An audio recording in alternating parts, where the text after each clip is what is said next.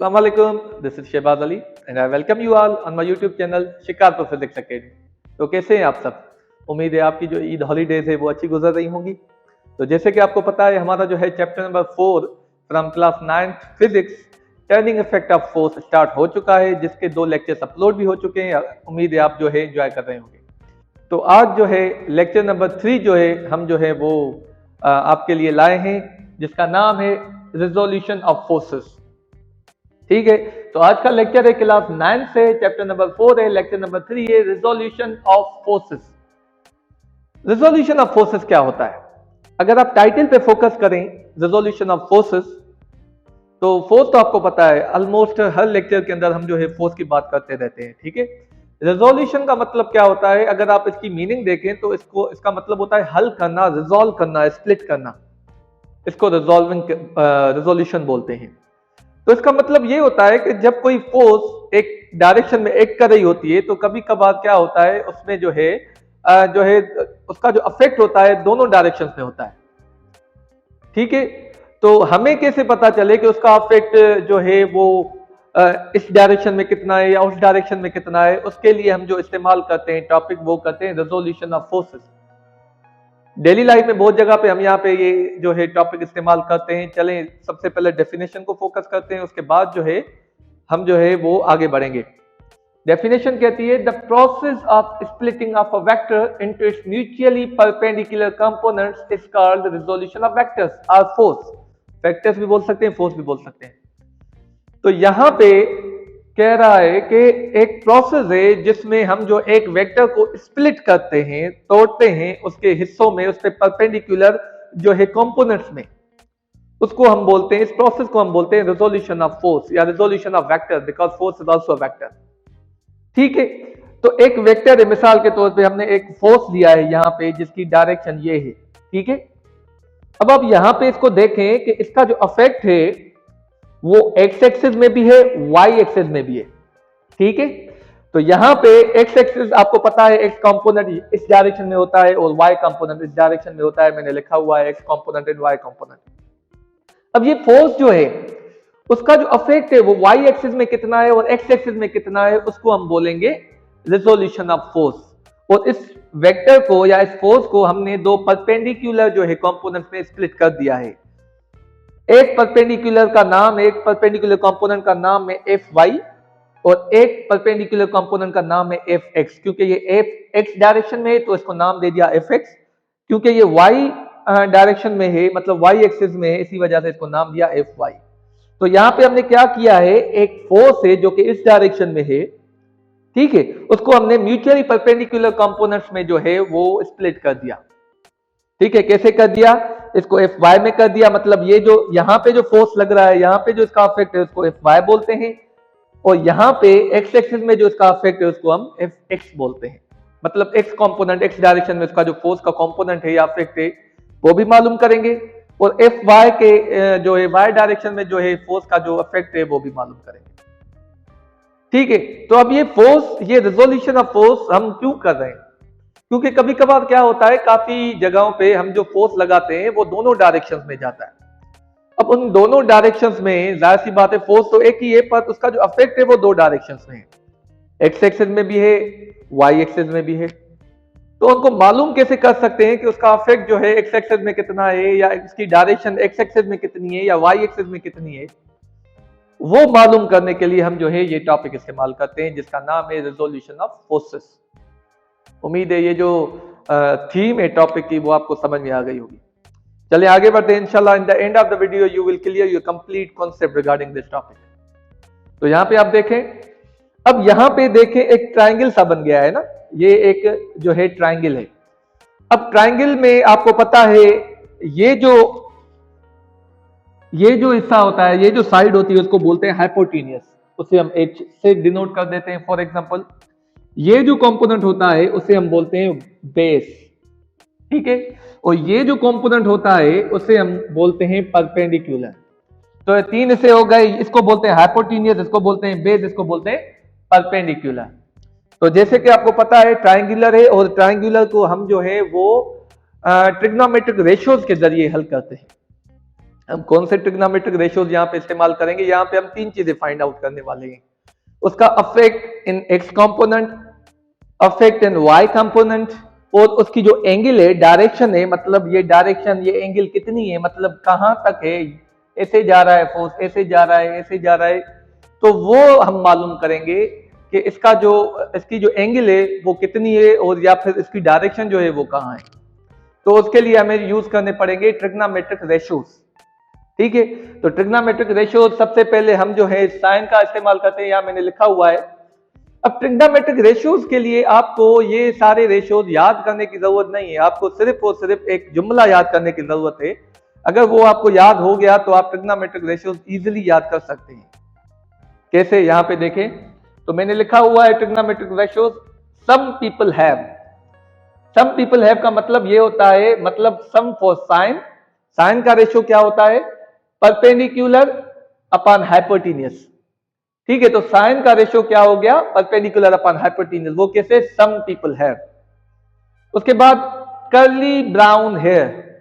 ठीक है, वो कैसे? Curly for cos is equal to brown base hair hypotenuse. तो cos angle is equal to base upon hypotenuse. In the end to pose beauty. ठीक है, to for tangent, pose perpendicular, beauty for base. अगर आप एक जुमले में इसको सम up करें कि some people have curly brown hair to pose beauty, अगर ये आप जुमला याद कर ले तो ये तीनों जो है ट्रिग्नोमेट्रिक रेशियोज आपको वेरी इजीली जो है वो याद हो जाएंगे। चलें हम जो है अपना जो है टॉपिक पे आते हैं कि ये जो है एक्स कंपोनेंट या वाई कंपोनेंट हम कैसे मालूम कर सकते हैं। सबसे पहले जो है साइन ऑफ एंगल का ट्रिग्नोमेट्रिक रेशियो जो है वो हम सॉल्व करते हैं। साइन एंगल बराबर है, आपको पता है, परपेंडिकुलर अपॉन हाइपोटेन्यूज। ठीक है, परपेंडिकुलर अपॉन हाइपोटेन्यूज। यहां पे देखिए परपेंडिकुलर क्या है? परपेंडिकुलर है एफ वाई। ठीक है, और हाइपोटेन्यूज क्या है? एफ। तो अगर यहाँ पे ये वैल्यूज जो हम यहाँ पे लिखें, sine angle is equal to perpendicular क्या है यहाँ पे? F Y. हाइपोटेन्यूज क्या है? एफ। ठीक है, अब हमें मालूम क्या करना है? F y. तो ये एफ जो है डिवाइड वाला यहाँ पे आएगा तो मल्टीप्लाई में हो जाएगा, तो एफ वाई हो जाएगा हमारे पास एफ साइन ऑफ एंगल। तो ये रहा आपका एफ वाई। एफ वाई का मतलब है ये वर्टिकल जो कंपोनेंट है। ठीक है, ये हम कैसे मालूम कर सकते हैं? ये हम मालूम कर सकते हैं एफ साइन ऑफ एंगल के जरिए। चले हॉरिजॉन्टल कंपोनेंट मालूम करते हैं, उसके लिए कॉस ऑफ एंगल्स का हम जो इस्तेमाल करेंगे। तो यहां पे देखें कॉस एंगल बराबर है बेस अपॉन हाइपोटेन्यूज। तो यहां पे लिखेंगे cos angle is equal to base upon hypotenuse. अब यहां पे आप देखें कि बेस क्या है? बेस जो है वो एफ एक्स है। ठीक है, और आपका हाइपोटेन्यूज क्या है? एफ। तो यहां पे हम वैल्यू लिखेंगे कॉस एंगल बराबर है एफ एक्स अपॉन एफ। ठीक है, अब हमें मालूम क्या करना है? F x. तो एफ यहाँ पे डिवाइड वाला मल्टीप्लाई में आ जाएगा, तो एफ एक्स बराबर हो जाएगा यहाँ पे एफ कॉस ऑफ एंगल। तो यहां पे हमें मिल गया एफ एक्स। कैसे मालूम कर सकते हैं? एफ कॉस ऑफ एंगल के जरिए। ठीक है, अब आते हैं इन द एंड जो है हमारा जो है एंगल। एंगल कैसे मालूम कर सकते हैं, या डायरेक्शन जो है उस वेक्टर की कैसे मालूम कर सकते हैं? उसका फार्मूला क्या है? टेंजेंट से हम जो एंगल मालूम कर सकते हैं, परपेंडिकुलर अपॉन बेस। तो टेंजेंट के जरिए हम मालूम कर सकते हैं tangent is equal to perpendicular upon base. यहाँ पे परपेंडिकुलर आप देखें कि क्या है? परपेंडिकुलर है एफ वाई और बेस क्या है? F x. तो यहाँ पे हम लिखेंगे tangent is equal to F y upon F x. ठीक है, जैसे कि हमें एंगल मालूम करनी है तो ये टेंजेंट जो है वो यहाँ पे प्लस में, इधर आएगा तो इनवर्स में हो जाएगा। तो यहाँ पे हम लिखेंगे tangent is equal to angle is equal to tangent inverse F y upon F x. तो ये फार्मूला रहेगा किसका? एंगल का। तो इस एंगल सॉरी इस फार्मूला के जरिए हम जो है एंगल जो है फोर्स की जो मालूम कर सकते हैं। ठीक है, तो इस लेक्चर के अंदर हमने क्या सीखा कि एक जो है फोर्स है उसको हमने जो है परपेंडिकुलर कंपोनेंट में रिजॉल्व किया, और उनको जो है उनका जो फार्मूला है वो हमने ड्राइव किया with the help of trigonometric ratios. ठीक है, यहां पे आपको पता होना चाहिए कि ये दोनों उसके कंपोनेंट्स है। अगर ये दोनों कंपोनेंट्स है, ये उनका रिजल्टेंट फोर्स है। ठीक है, तो यहां पे आपको ये फोर्स मिला हुआ था, उसके जरिए आपने उसके कंपोनेंट्स मालूम किए, एफ एक्स भी मालूम किया, एफ वाई भी मालूम किया। पर कभी कभार क्या होता है, आपको जो है कंपोनेंट्स मिले हुए होते हैं, आपको रिजल्टेंट फोर्स मालूम करना होता है। मिसाल के तौर पे आपको एफ वाई और एफ एक्स गिवन है और आपको कहा जाता है कि आप इन दोनों का जो है रिजल्टेंट फोर्स मालूम करें कि कितना है, फिर आप कैसे करेंगे। तो चलें आपको वो भी सिखाते हैं कि रिजल्टेंट फोर्स जो है वो कैसे मालूम किया जाता है। तो चलिए अब हम जो है रिजल्टेंट जो है फोर्स हम मालूम करते हैं कैसे किया जा सकता है। एक और ट्रिग्नोमेट्रिक रेशियो इस्तेमाल करेंगे यहाँ पे, वो कौन सा है आपको पता है, hypotenuse square is equal to perpendicular square plus base square. अब हाइपोटेन्यूस क्या है, यहाँ पे आप देखें कि हाइपोटेन्यूस जो है वो फोर्स है एफ, ठीक है। तो हाइपोटेन्यूस की जगह पे हम जो रखेंगे फोर्स एफ, स्क्वायर है तो स्क्वायर वैसे ही रखेंगे।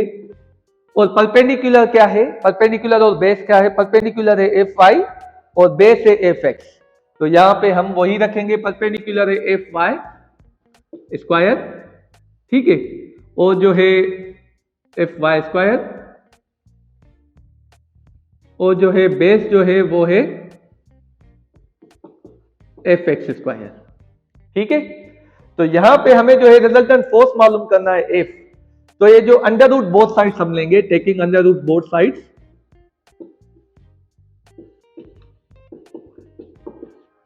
अब दोनों तरफ से अंडर रूट लेंगे तो यहां पे भी हो जाएगा F square under root is equal to under root F y square plus F x square, ठीक है।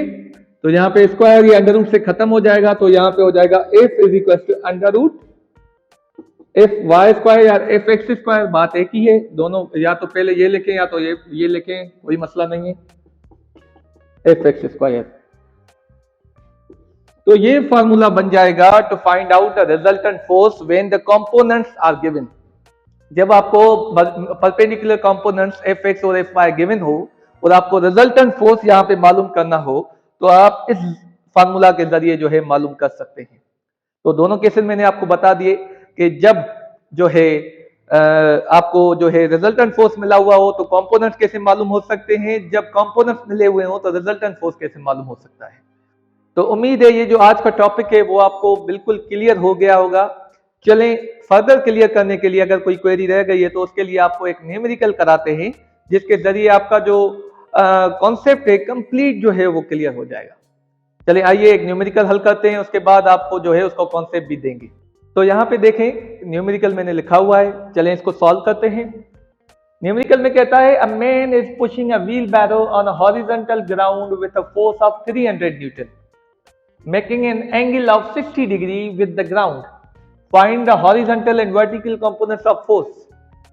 एक बंदा है जो कि व्हील बैरो को पुश कर रहा है, मतलब आगे बढ़ा रहा है with a force of 300 Newton, उस पे जो रिजल्टेंट फोर्स वो लगा रहा है वो 300 न्यूटन लगा रहा है, पर उसमें एक एंगल बन रही है विद रिस्पेक्ट टू ग्राउंड, वो है 60 डिग्री।